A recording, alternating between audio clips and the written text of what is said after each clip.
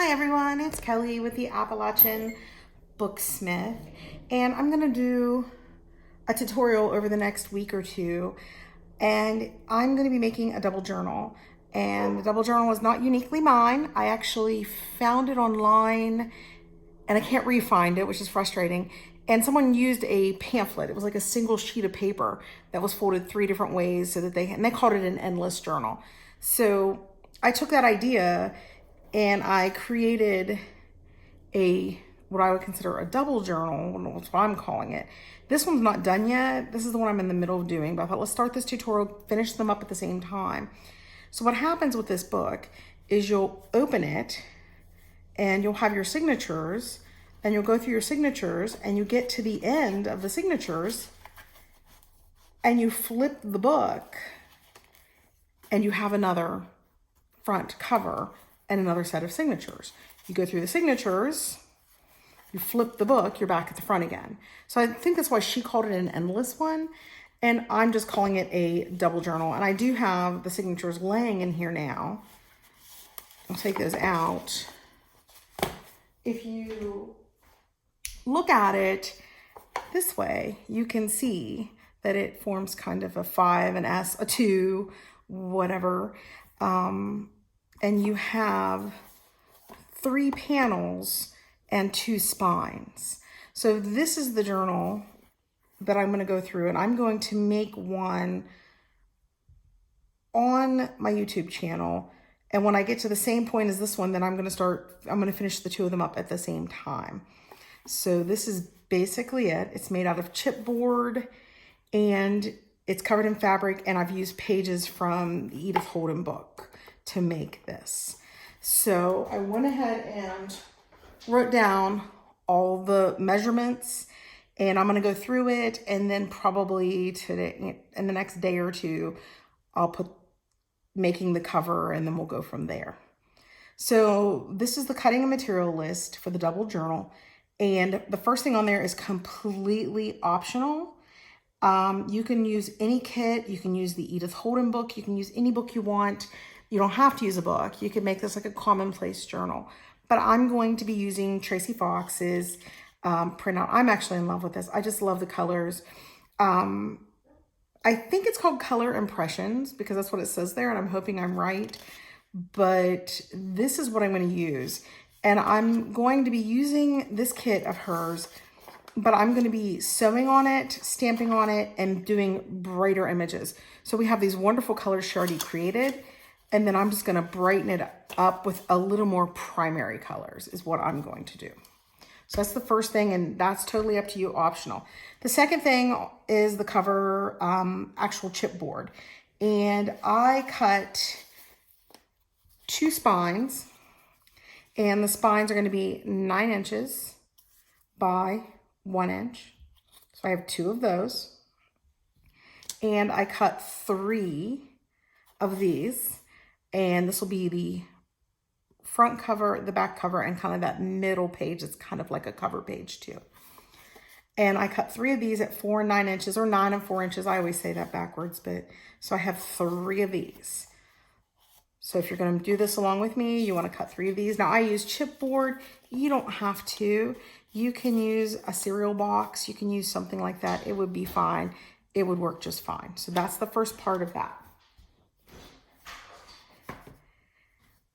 I cut 2 pieces of Tyvek because there's 2 spines, and some people use Tyvek, some do not. They're 2.5 by 8 3/4 inches. This is the Tyvek.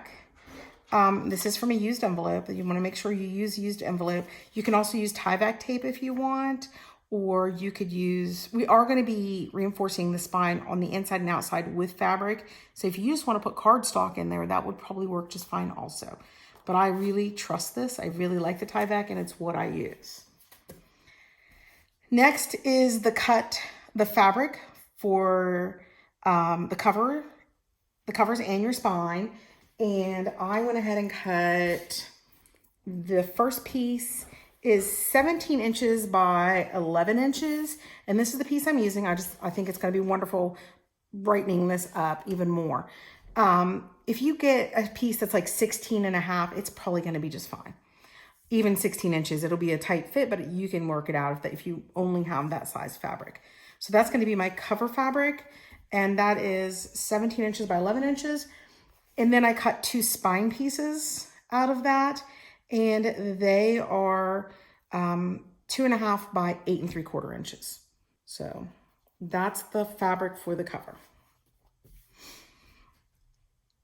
Next are the end papers. And again, this is totally your choice to match whatever theme you're going with. I thought I really like this, but there's some pinks in her kit. So I went ahead and cut them out of a paper that had more of the pink in it. Because I didn't get a lot of that pinkish orange in here. So I wanted to make sure I was pulling all those colors. And you are going to end up with 4 of these, and they are 3 3/4 by 8 3/4. And those are your inside cover pages.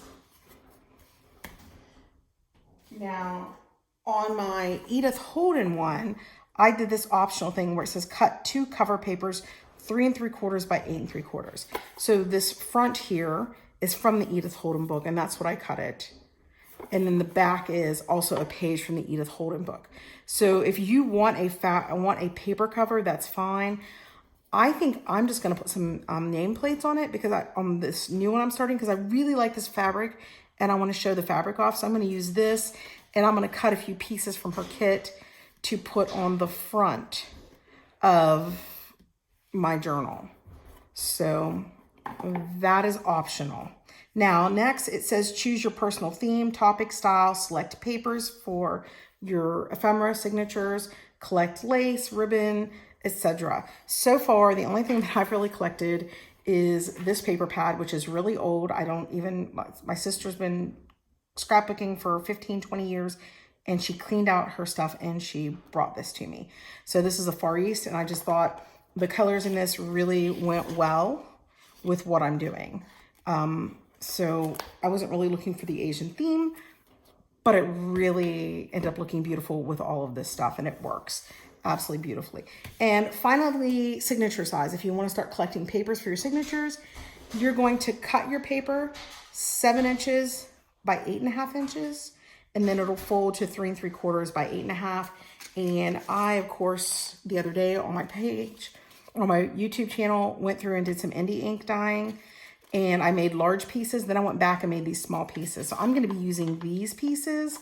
I'm going to scan them though, and I'm just going to copy them. And these actual papers, I'm going to scan them, copy them, but I'm also going to put them in a digital format so that they can go on my Etsy store. But I'm also going to put the originals on the Etsy store. But I'm going to use some of these, not a lot of them, maybe 6 of them.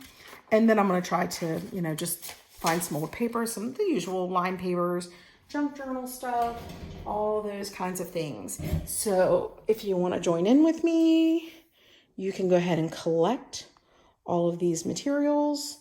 And I guess I'll be seeing you at the crafting table.